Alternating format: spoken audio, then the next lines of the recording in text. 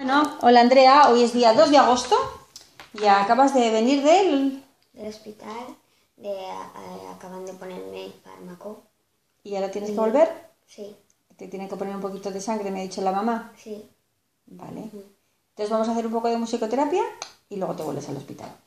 Y habíamos dicho que te gustaba viajar a Roma, ¿no? Sí. ¿Y qué comida es típica de allí de Italia? La pizza. La pizza. Entonces a ver cómo sonará el pan de la pizza.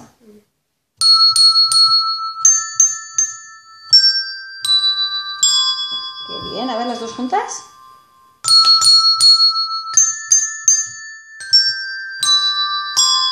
Vale, ¿qué ingredientes le vas a echar a la pizza?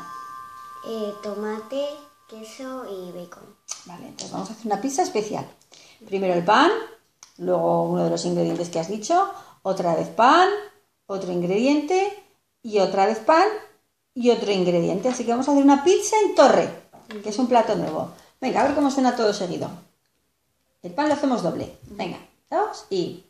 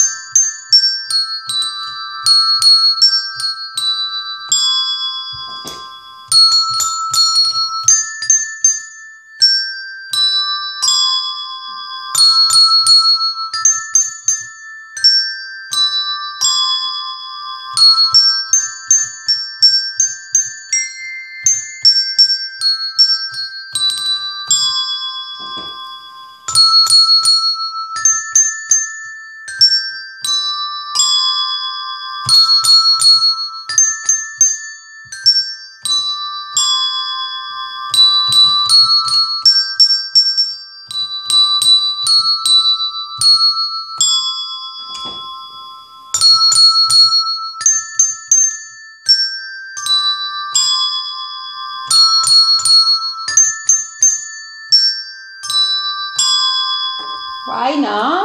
Sí. Está rica para cocinarla y comérsela.